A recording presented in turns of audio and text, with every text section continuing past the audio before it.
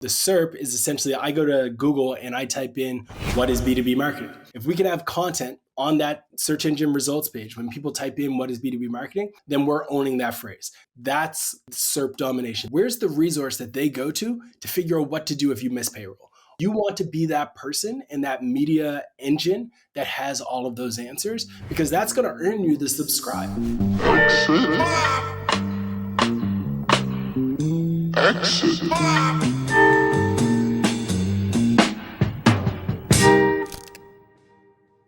Good to see you, man. It's been a while. Been a minute. Likewise. Great to see you. I almost don't even want to record this. I wanted to just keep talking with you for an hour. Catch up. Just caught up. I was going to ask for your advice because I noticed that you all were just at Disney, and we're going there next week. Are you? Nice. Yes, sir. Nice. I got all the tips. That's awesome. All right, give me one. Give me one dad tip. Well, all right. So if you're doing Magic Kingdom, you're going to want to get the lightning lane rounds, like fast pass stuff. Like, just make sure you're not caught up in the chaos of a 2-hour line, because it will waste your entire day. So you got to wake up at 7 a.m. and you got to be there ordering that, like, access to the park right away. Set an alarm in your phone, get it, and then book whatever ride stands out to you as like the must-do ride to be your first one. And then you can't have a bad day. You can't have a bad day after that. All right. Why? It's crazy. We went last year. You want to? We could do it.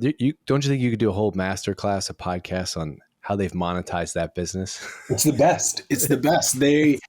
I go there thinking, oh, this is a great experience for the kids, but it's also a great experience as an entrepreneur and as a business person. Like, the marketing is brilliant. The cast members are brilliant. Like, the way that entire concept is structured, where they always are in character, perfection. The prices are also brilliant. Like, you can get a Starbucks coffee at Disney for like $14, or you can go outside of the Disney World and get one for $3. And it's like, just because you're there, you're okay paying a ridiculous premium on their stuff. Yeah, no, I love it. It's a cool spot. It's a magical place. How long are you guys going to go down?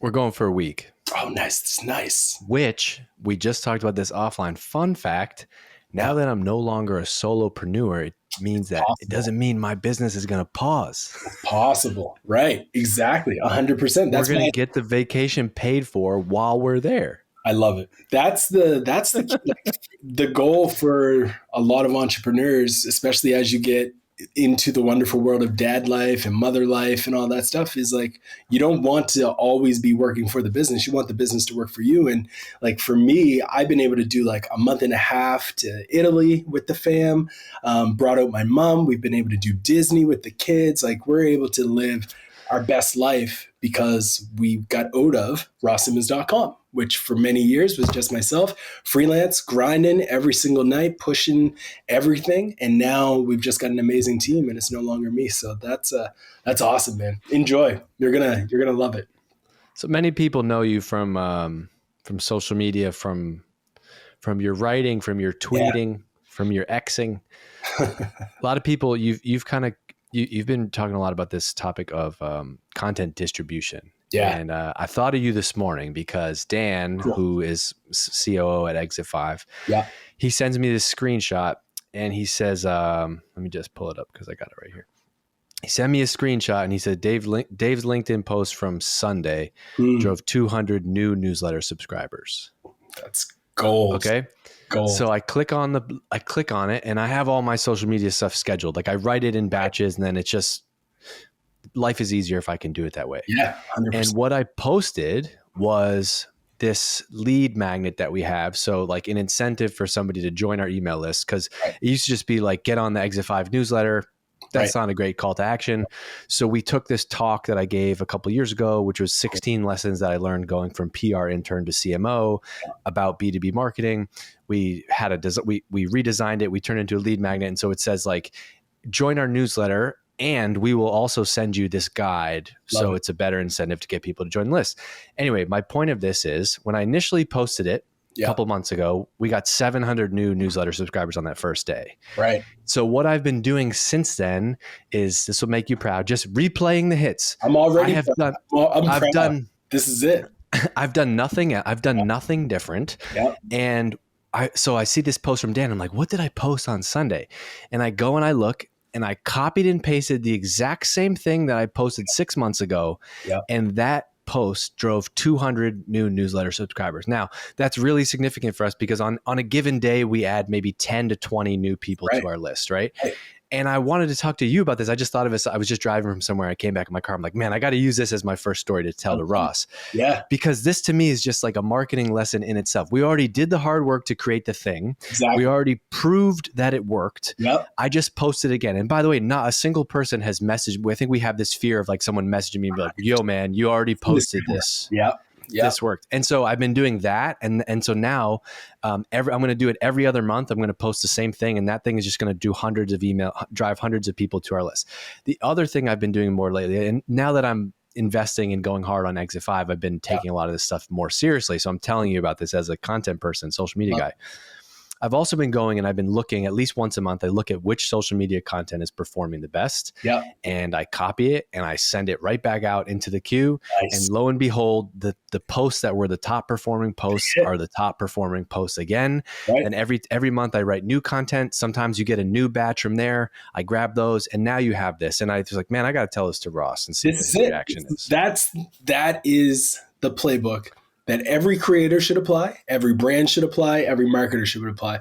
But everybody has the fear of being judged when they share something every other month, that somebody's going to comment and say something negative. They're fearful that somebody's going to unfollow them. They're fearful that it's going to be a dilution of their personal brand or their creative.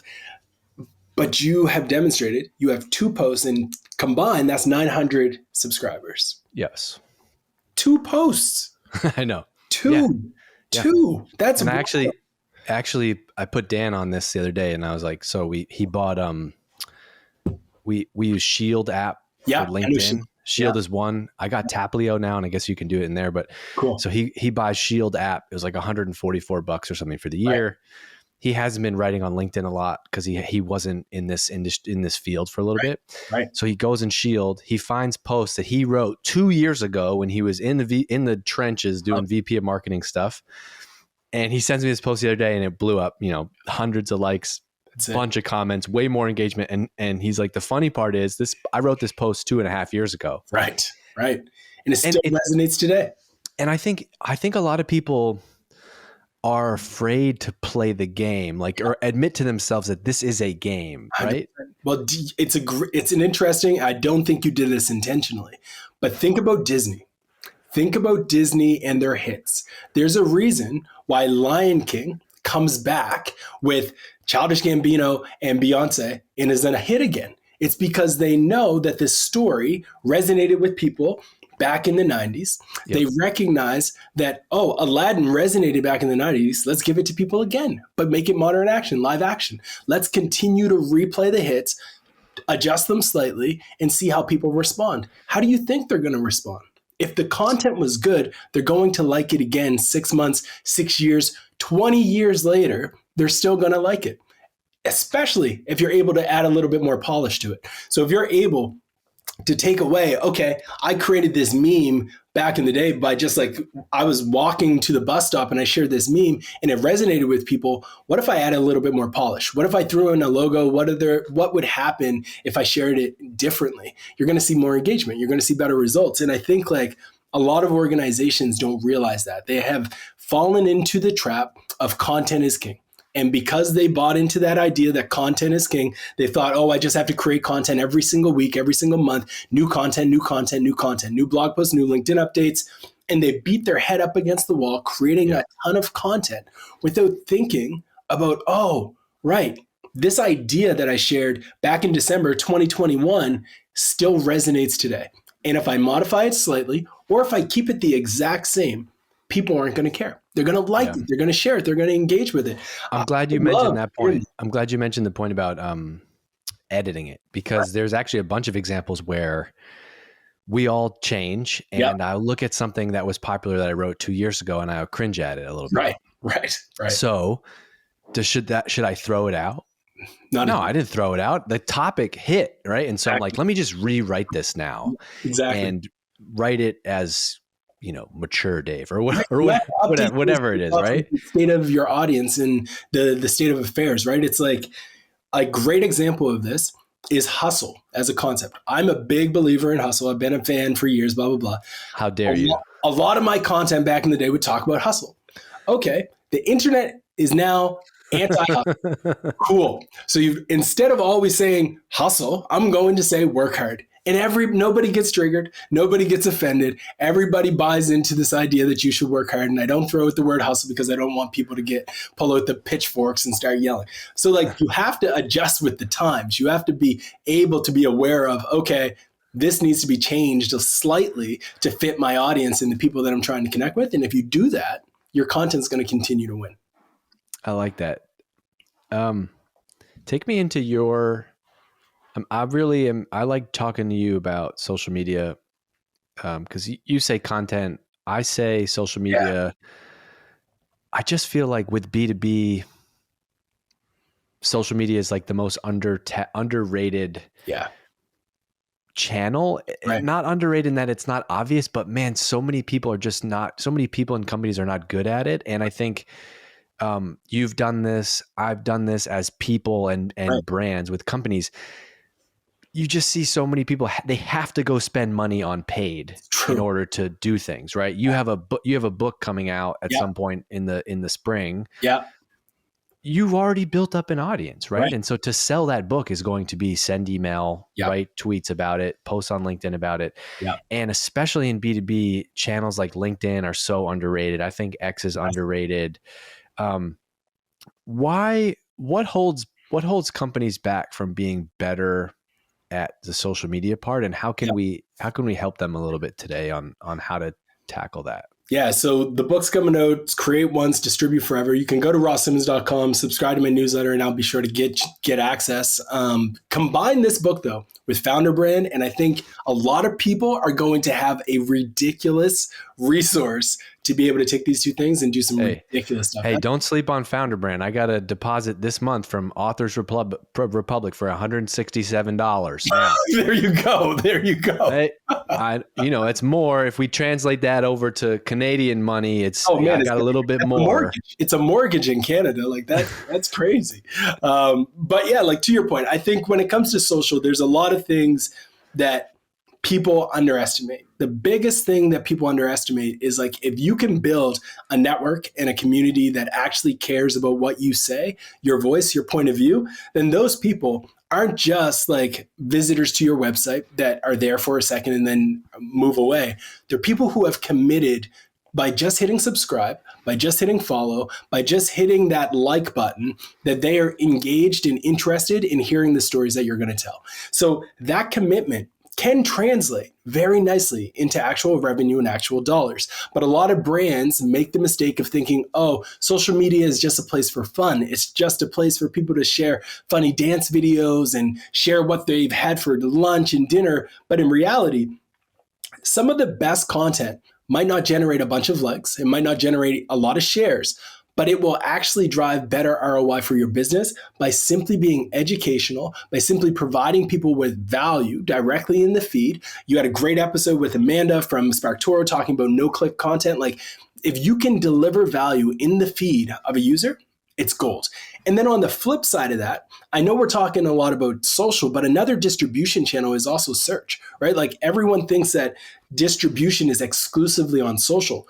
SEO is also an organic distribution channel. If you can capitalize on the fact that right now, the hundreds of thousands of people are looking for certain keywords that might be relevant to your industry, the problems that you solve, et cetera, and you can start to capture a percentage of that, that can pay significant dividends as well. And I think a lot of organizations are afraid to do this work because it doesn't have necessarily that cheat code that paid has. And that cheat code is a credit card. With paid, you just swipe a credit card and you're good. You're going to show up. You're guaranteeing that placement. But with social, there's algorithms that you have to deal with. With SEO, there's algorithms you have to deal with. There's the understanding of your customers that you have to deal with. There's a lot of variability associated with that game, but that hard game can actually pay significant dividends down the road. Yeah, I love that. I think people like pay, like we like paid because it's like we need to generate X. Right. It's very quantifiable. Let's go take $10,000, $50,000, Right. whatever, and go spend it there. But like what I love about social and LinkedIn specifically as a channel for B2B is I think there's a wrong narrative that followers are a vanity metric. Right. I agree.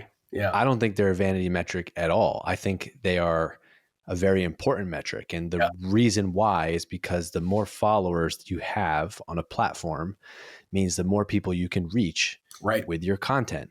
Yeah. And so that example that I talked about earlier, I have 160,000 followers on LinkedIn. Right. The only reason I got 200 newsletter subscribers from that was because I have that audience. And so the goal is create content over time. More people find you interesting. More people engage on your stuff. When more people engage with your stuff, more people are likely to see your stuff. When more people see your stuff, they're more likely to follow you. So over time, you add followers. Right. Then when you have something to promote, you can promote it and people are going to sign up. And so I've been at companies, I've advised companies, I've been around startups who are like, people are smashing their heads against the wall to try to figure out how do we drive more people to our webinar. Right. When we can do a post with Exit 5, we have a webinar coming up. We have 900 people registered for it. And we sent 1 email and 2 LinkedIn posts about it. Yeah, that's it. And so you're building an opt-in, like the followers, maybe people get caught up in the name, but you're building a people that have opted in to see your stuff. Exactly. Yeah. And that's the key, whether it's followers, whether it's subscribers to an email newsletter, when you own access to your ICP, it's a game changer. But a lot of brands struggle with this because even when they are willing to try to connect to those people and those people are willing to press that follow button, they don't actually know what to share. Like a lot of brands also struggle with this idea of, okay, what do we talk about if we don't have something to sell? Like, am I supposed to talk about 5 other ways that you can use my product? Am I supposed to talk about the different features? Like a lot of brands struggle with what I call content market fit, which is understanding what content your market actually wants. And the best way to figure out what content your market wants is actually to send out smaller tidbit ideas, concepts, and see what resonates. So on X, I do this all the time. I'll share a tweet, and if it generates a lot of reshares, lots of reposts, lots of likes, lots of bookmarks, I'm like, okay, this piece now needs to become a podcast. That podcast needs to become social clips. We need to write a blog post on this piece as well, because now I know I have content market fit. And when leads start coming through from that one thread, from that LinkedIn post, customers start coming through it, I know that I've hit something that rings the cash register. So I'm going to go double down on that asset time and time again. So for a lot of brands, they're afraid of not knowing what to share. Here's what you share. Valuable things. You create content that's going to educate them, that's going to engage them, entertain them, or empower them. And if you do that consistently enough, you're going to win at the game of social and you're going to start to get those followers. Do you work mostly with B2B brands? All B2B. So yeah, like we work with the B2B SaaS companies, some of the largest in the world, so to speak. Like we do everything from social management, content creation on their blog, ebooks, gated assets, all that stuff. I was asking because I think to build on what you said there, I think that the best marketing strategy, the best content strategy for B2B is to become the expert or the go-to resource in your niche. 100%. And so you sell HR, you sell to HR, your whole marketing strategy should be to become the go-to resource for people that work in HR. Right. What's your reaction to that? When we work with clients, we always talk about like there's SERP domination and then there's like mindshare domination. And when we think about SERP domination, it's on the SEO side. Like you want to be able to show up in multiple places. But what is SERP for people that might not know? What does SERP mean? SERP, search engine results page. So the SERP is essentially I go to Google and I type in what is B2B marketing. if we can have a YouTube video, if we can have a Twitter account, if we can have a blog post, if we can have content on that search engine results page, when people type in what is B2B marketing, then we're owning that phrase. Like that's SERP domination, being able to own a lot of that. When it comes to mindshare domination, it's thinking through when someone has a problem in the wonderful world of HR, where's the resource that they go to figure out what to do if you miss payroll?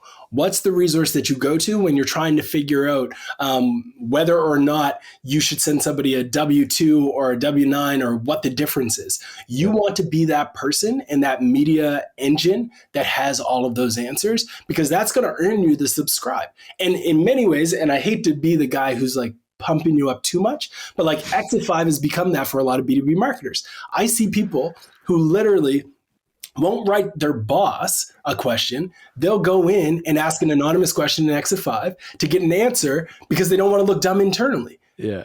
Well done, right? Like, well thank done. you. Hey, that's the you know what? I'm not having a great day today. So I take that. Sometimes you got to take a compliment and you just got to be like, you know what? That feels good. I'll take it. Thank you. 100%. 100%. So thank you for saying that. That means a lot. But also, this is what I've been doing for 10 years, right? This is like some guy on LinkedIn the other day was writing about how I'm given market, like I have a big audience and I need to be more, you have a responsibility to show people that marketing is about more than demand gen and performance marketing. I'm like, dude, you're talking to the wrong person. Like I'm the word guy. I'm not the math guy. Like, are you serious? Right.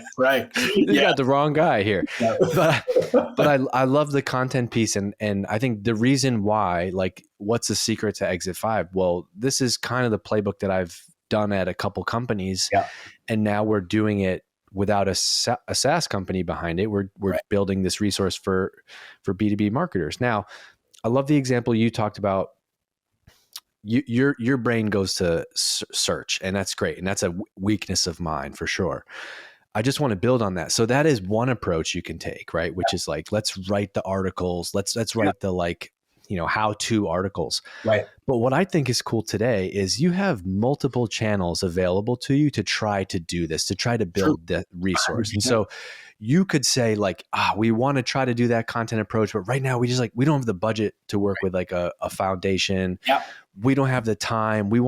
You could do something like stand up a TikTok account and make funny and relatable, like just do life of an HR pro, like life of an HR person, and make 100 videos. It's not that easy, right? Not to go Gary Vee on you, just make 100 videos. It doesn't work like that. Yeah. Right. But I just want to give people these ideas. It doesn't have to be one thing. It's like how do we become the go-to resource? Now, that TikTok page can either work or not, and you're going to build off of that. But there's multiple avenues here. You could start a newsletter. It could be the founder writing on LinkedIn. It could be a podcast. It could be one article. It could be one webinar. You need to shrink this down and say, like, our content strategy needs to be built around this person. Exactly. And the goal is to become known and like, hey, we happen to sell software to that person. But I always think back, I always use HubSpot as an example, not to beat a dead horse. But when I was a 23-year-old marketer who had no idea what he was doing and needed to build a marketing plan, guess I did exactly what you just said with HR. I go to Google, find a HubSpot marketing plan template, customize that, pitch it to my boss. She's like, wow, you came up with this marketing plan? I'm like, you're damn right I did. Yeah, 100%. 100%. And in my mind, I build brand affinity with HubSpot through that process, right? True. Yeah, 100%. I think that what you just articulated there is kind of the essence of my MO entirely. It's like, yes, search is a play, LinkedIn is a play, but so is Reddit, so is podcasting, so is a private Slack group. The playbook around adding value is not dictated by you have to be everywhere. It's finding exactly where your audience is spending time, going very intentional into these communities and adding a ton of value. Like I've been blocked from Reddit probably 8 times. I love Reddit. It's my favorite network literally in the world. And I've been blocked because in the early days, I went in, I just submitted links and I thought, I'm going to make it to the top of Reddit. Didn't happen. Bye, Felicia, you're done. They kicked me off. It sucked because I also used Reddit to win my fantasy football championships and I couldn't win that year because I got kicked off. But I came back, I learned the game and I understood now what Redditors want. So now I went into these channels and these communities, I sorted the content by top posts, I analyzed it, and I started to realize these are the types of things that these people want. Okay, marketer, now if you want to do TikTok, how do you figure out what people on TikTok want? You don't just wake up and say, I'm going to apply 2021's Instagram playbook to TikTok. You're going to go on TikTok. You're going to type in some keywords that are relevant to your industry and relevant to your space. You're going to use hashtags that are relevant to your space. You're going to look at the content on this topic that have generated the most likes, that have generated the most comments, because now you see what on TikTok is working. So you might not have the ability to win at search, but because there's only 5 competitors on TikTok right now, maybe you start to recreate some of the videos that you've seen on TikTok that are just completely smashing it. There's one account on TikTok called Creator Kit, and they're a SaaS company. They're crushing TikTok. What they're doing is essentially educating people using the formats that TikTokers love and talking about influencer marketing.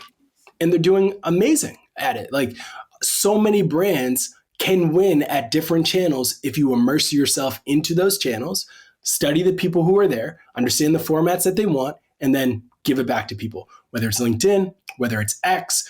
Yes, you do have to spend time to learn it, but I guarantee any brand can win on one channel if they're willing to be focused, they understand the best practices, and then they apply that to their industry, and they know with confidence that their people are there, and then they give it to them. You'll win every time. Yeah, what you said is really important, and I've made this mistake a bunch of times, which is you try to do this across like 3 or 4 channels at once, and it really takes picking one. Yeah, it does.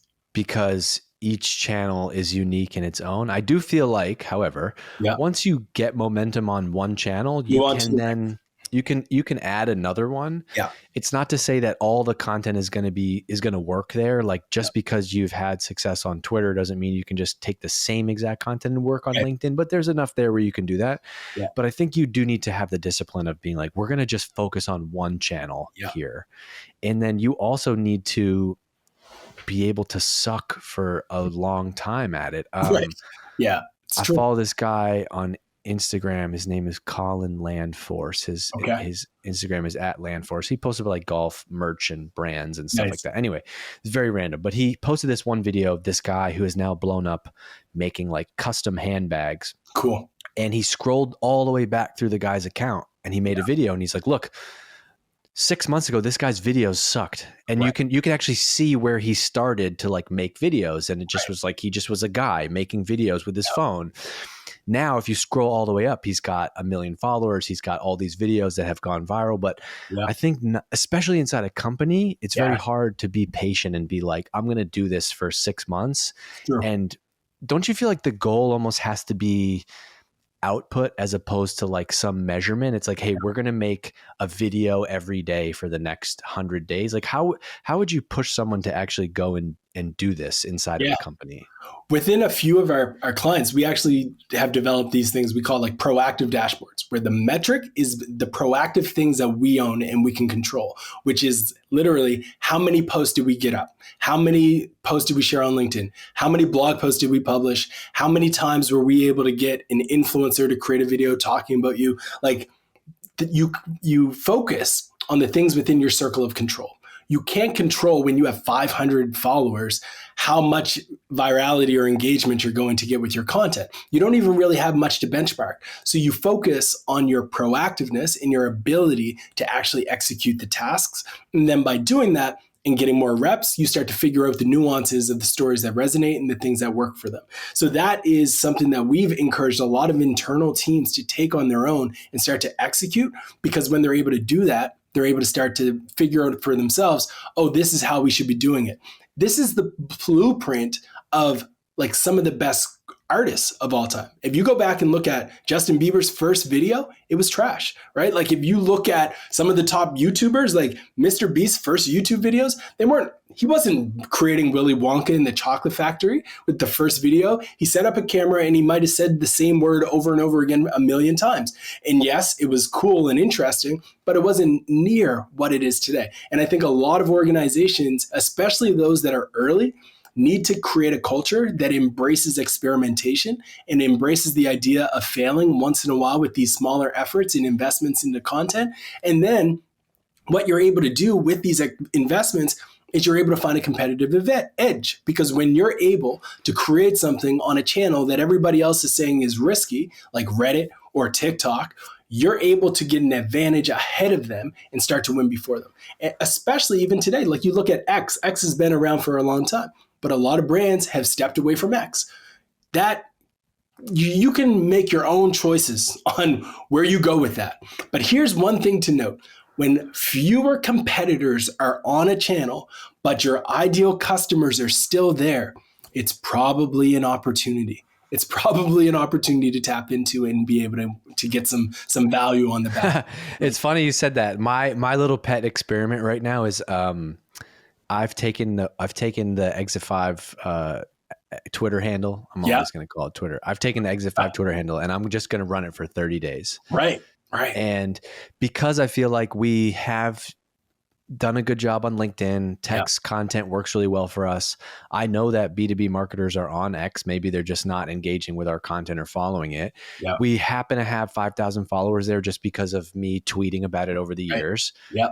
Out of all the places we could be going right now, like, could we go after TikTok? Like, we could, but I just kind of feel like let's go where we have a little bit of momentum, and we want to find another channel like LinkedIn. So we're going to go hard on Exit5 Twitter for the next 30 to 60 days and see what happens. And you don't have to do the research to figure out where your audience is on those channels. Like, you can say with confidence by looking at a few other accounts, oh, okay, my people are still here. Like, they're using this channel, they're engaging, versus a TikTok where it's kind of like an assumption that maybe your people are there. You don't know for sure that they're using it, and definitely not sure if they're using it for business yet. Like, there's a lot more risk associated with that. And I always say, like, go where your audience is. If your audience is on that channel, like, double down and invest in it, and then use that. And the other cool thing about it is you can repurpose your greatest hits from LinkedIn over on X, right? Like, you can try to find those opportunities to remix those content stories and distribute them there.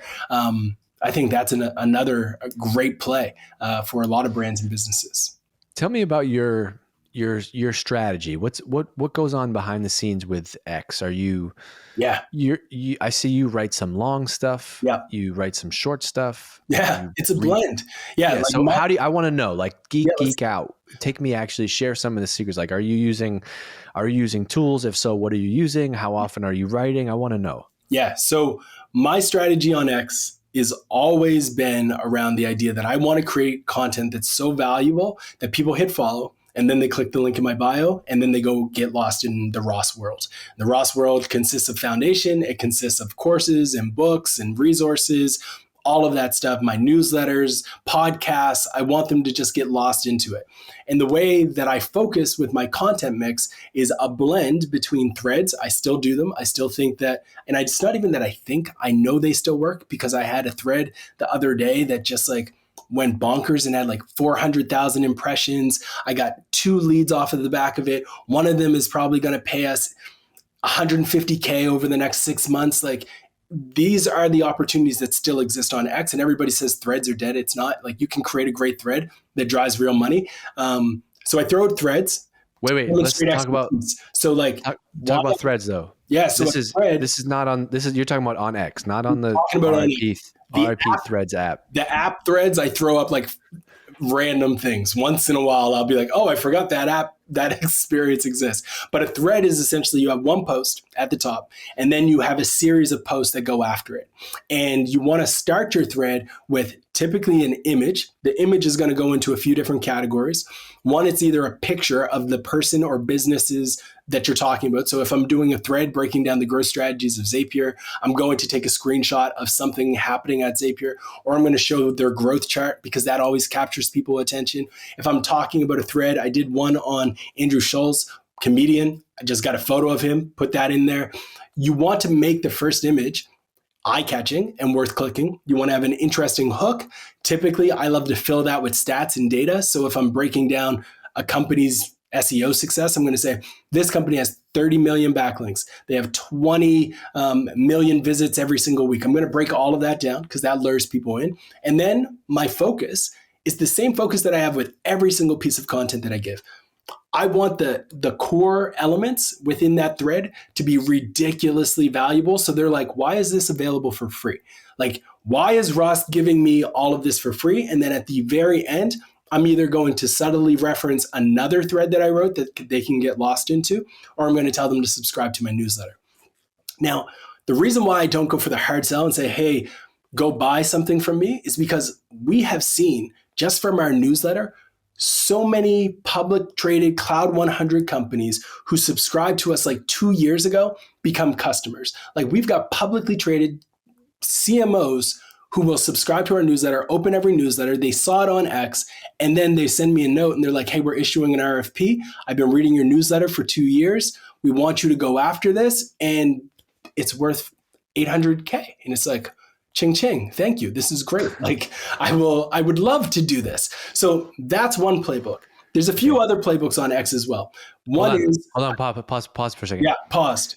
So when you go to write that tweet, when you go to write that thread, yeah, do you just have an idea and you go and write it in a Google Doc? Do you have like dedicated time, like once a month I sit down and I batch write? I want to know, like, how does the idea come? Do you open a Google Doc? Do you use a scheduling tool? I want to know that stuff. So when it comes to the idea, there are lots of posts that I've shared in the past where I ask questions like, which company would you like me to break down next? Or or I'll even go into communities and I'll see where people have said, oh, this company has a very interesting SEO strategy. So I'll go into a community like X5, I'm giving you away the secret, and I will go and look at people's comments on a post that somebody might have shared. Foundation had a blog post where we broke down like Canva's growth strategy, and it still generates ridiculous traffic. Someone shares it in a community like X5. I'll go in and I'll see and read the comments. Someone might say, another great brand that has leveraged a strategy like this is this, this, and this. Cool. I now have 3 ideas that I'm going to send to myself via Slack, and I'm going to set a reminder to myself in Slack to write a thread on that topic in a few weeks, in a few months. So then I do that, I tackle it, and I write it. Or I send it to my team. And my team, which is made up of researchers and writers, will actually go out and do that for us. And they'll write it at first as a blog post, then it becomes an actual thread. So our team is writers. They're great. They're brilliant minds.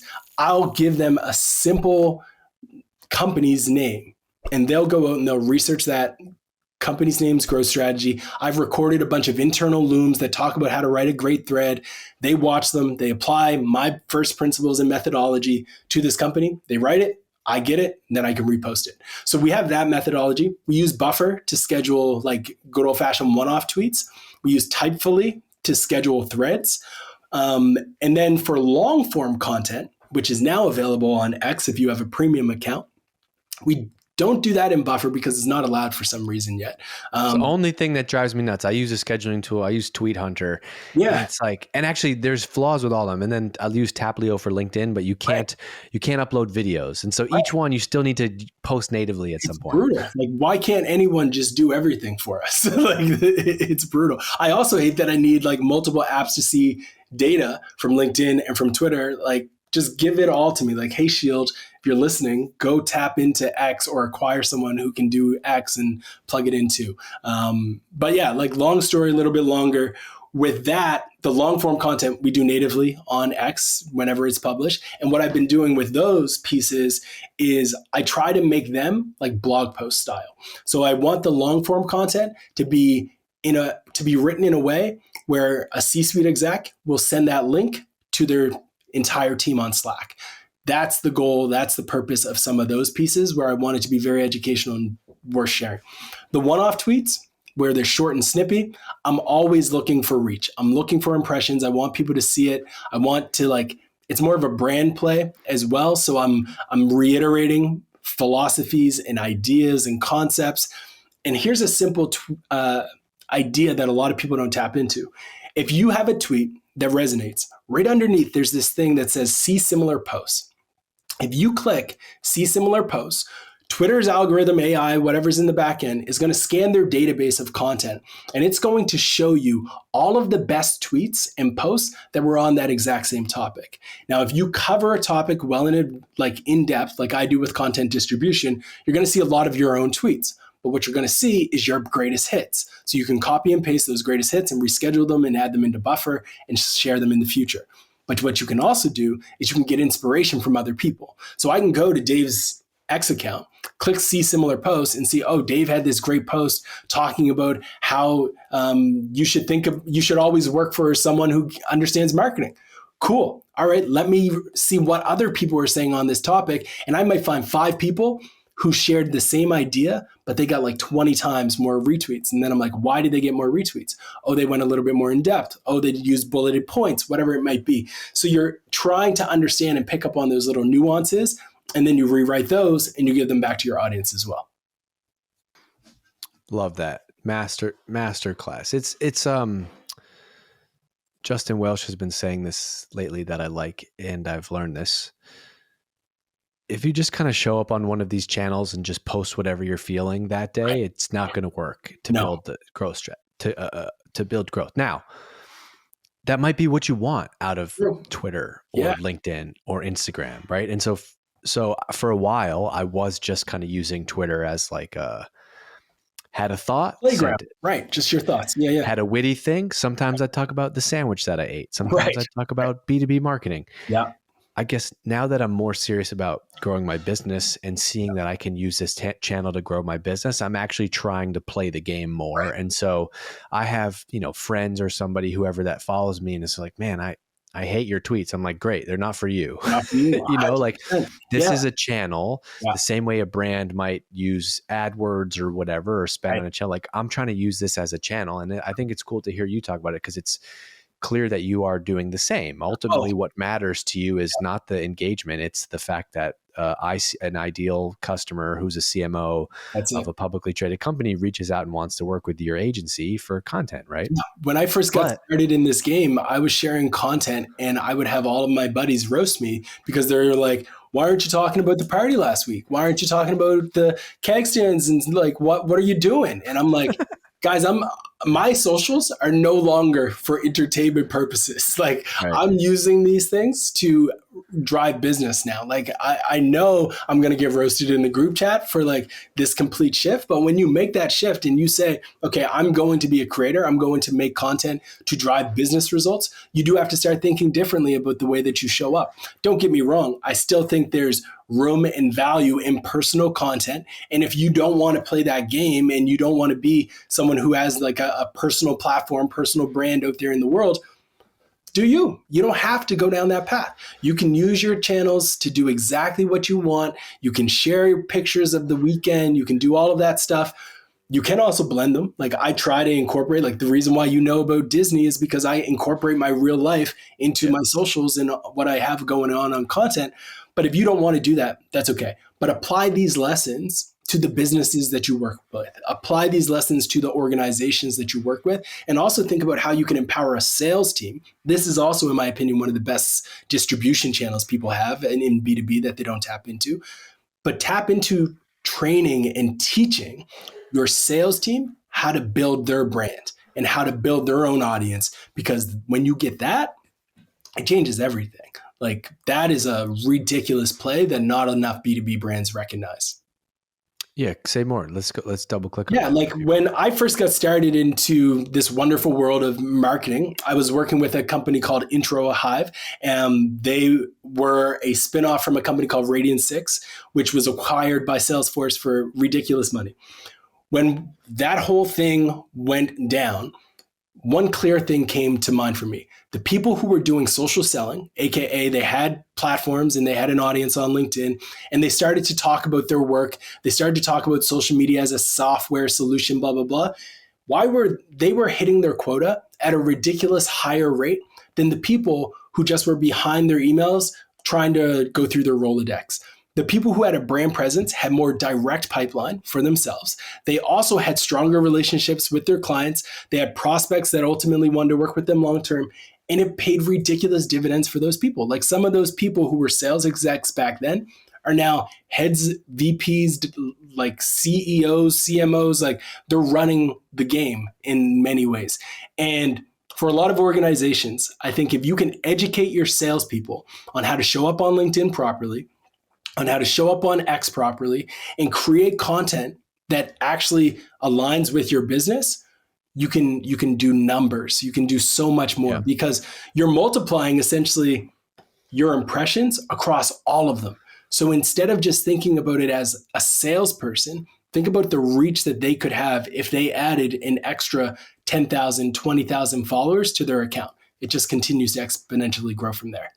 Well, I also like that because it matches what we talked about earlier, which is like if the brand strategy, if the marketing strategy is to be the go-to resource for your ideal customer, you basically create this mini army of people who are megaphones for that. And I think the right way to do it is the salesperson ideally should know the product really well. I was listening to a podcast recently with Tim Ferriss. He had Noah Kagan on talking about his new book, and Tim was talking about how he started off in software sales, or it was some type of device he was selling. And the way that he won was he knew the product almost to the level of an engineer. Right. And to the point where the customers he was working with, they would ask him, they said they'd ask him, hey, who is your sales rep? And they'd be like, I don't know. Right. Tim's like a helpful engineer. Right. And so I think I love that because if you know the product really well, then you can basically become, and you're the one talking to customers or prospects and having these conversations, that makes for great content to share on social media. And the way to do it right is not just say like, a lot of people do this and they think they're doing what you're saying, Ross, which is, and they just start posting and it just becomes rah, my company won this award. It's awesome. Yeah. Where the way to do it is actually to take the lessons, take the things the conversations you're having with prospects, share your lessons, them, you know the pain points, you know the challenges, you know what they're reading, start writing content about those topics. And do it like right after your sales call. So an example of this that I've seen work extremely well is I asked a handful of sales execs at a company once, like, what are some of the most frequently asked questions that you all get when you're on a call? And they just went off. And I was like, okay, let's write these all down. So then I started to ask them those questions. Again, they went off. I was like, all right, folks, now here's what I want you to do. I want you to record a voice note, and I want you to say everything you just said, answering that FAQ, and just upload it to ChatGPT and say, ChatGPT, write me a quick LinkedIn post describing what I said in a way that will work on LinkedIn. They started to share them. And they said, Ross, I got more impressions on my account than I ever have. I told them, make sure that you adjust it. Like, you don't need it to always have that weird intro that all ChatGPT posts have with, in the ever evolving, changing world of social selling, blah, blah, blah. You don't need that. Modify it to fit your tone and then share it. And they did that and they were able to get some results. It's like, answer the problems and answer the questions that you typically get from a prospect or a customer, and share that on LinkedIn and see what happens. What's going to happen is simple. You're going to add value to the community. And when you add value to the community will give you back value. And I think so many brands lose sight of that. But if you can empower your entire sales team to think that way, like you said, you'll have an army of people preaching the right song to the social world and giving you a ton of extra value on top of it. So I had a whole list of, I asked ChatGPT what questions they would ask Ross Simmonds, and they weren't better than my questions. I wouldn't think so. I wouldn't think so. No. And we hit on most of them. That's hilarious. But let's wrap up and just talk about ChatGPT and AI. Yeah. There's a lot of, I see two sides of this. I see people, you're bullish on it. I've seen your stuff. I'm bullish on it. But there is a whole sphere of people in the content world that are like, content is an art, content is a craft. ChatGPT is not going to, I saw somebody post something like, if ChatGPT is going to eat, the lazy marketers are going to use it, blah, blah, blah. I know you see things differently. Just give me your kind of like 2-minute elevator pitch on how you see the role of content evolving in a world of ChatGPT and AI writing tools. Before humans used calculators, math was a lot harder. Before humans met Clippy, writing in Google Word docs and Microsoft Word was very difficult. Before Grammarly, always making sure that you spoke perfect English was very difficult. And today, pre AI, pretty much doing everything was pretty difficult. But when you insert these types of technologies into our lives, it doesn't make the work less valuable. It doesn't make the work less meaningful. It doesn't mean the content, the output is going to be less impactful. It means that the people who brought it to life are actually going to just have an easier process that it took them to get there. And for all of the people who say, back in my day, we had to use a typewriter, and back in my day, we had to do all of this, like, don't trauma dump on everybody else on the struggles that we had to go through just because in the future you won't have to.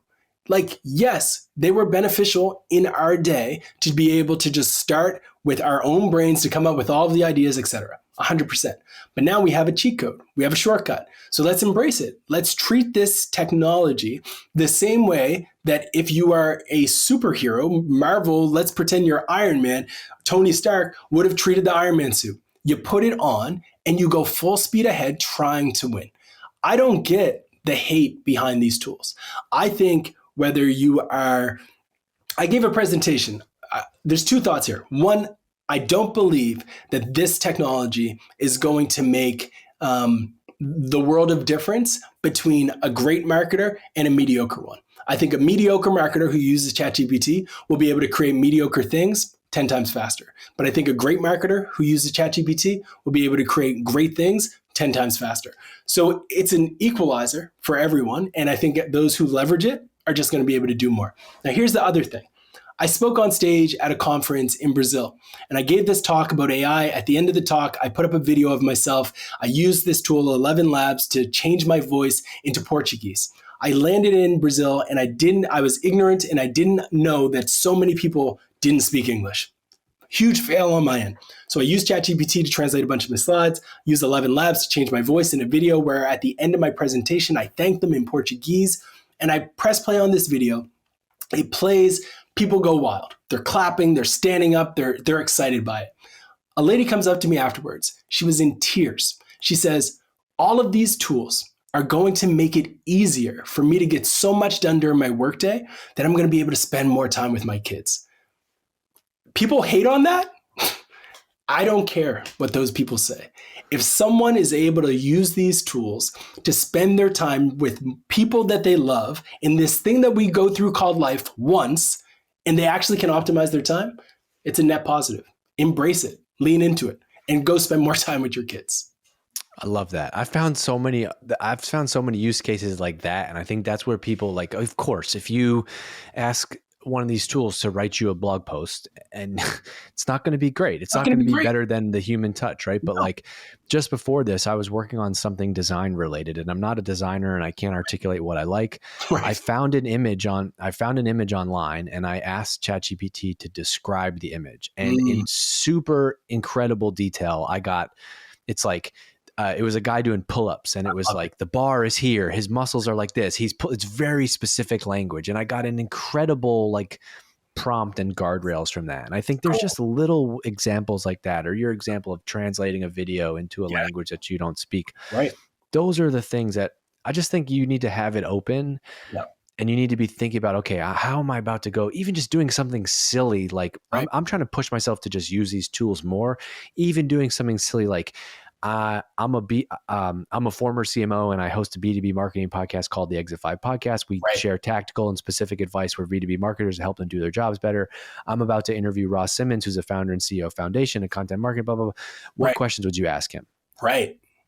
That's it. I got 20 questions, right? And I might not use any of them, but like, it's this like co-pilot to me as I'm going to do work. And I think that's an incredible advantage. And I think there's going to be a ridiculous amount of ROI that comes out of this for a lot of people who embrace it. Like, I am confident that someone out there is going to launch businesses, career opportunities that were never possible because of this technology. There's already on Kickstarter a ton of board games that are being created built with this type of technology. There's movies that are being funded built off of the premise being pitched using AI.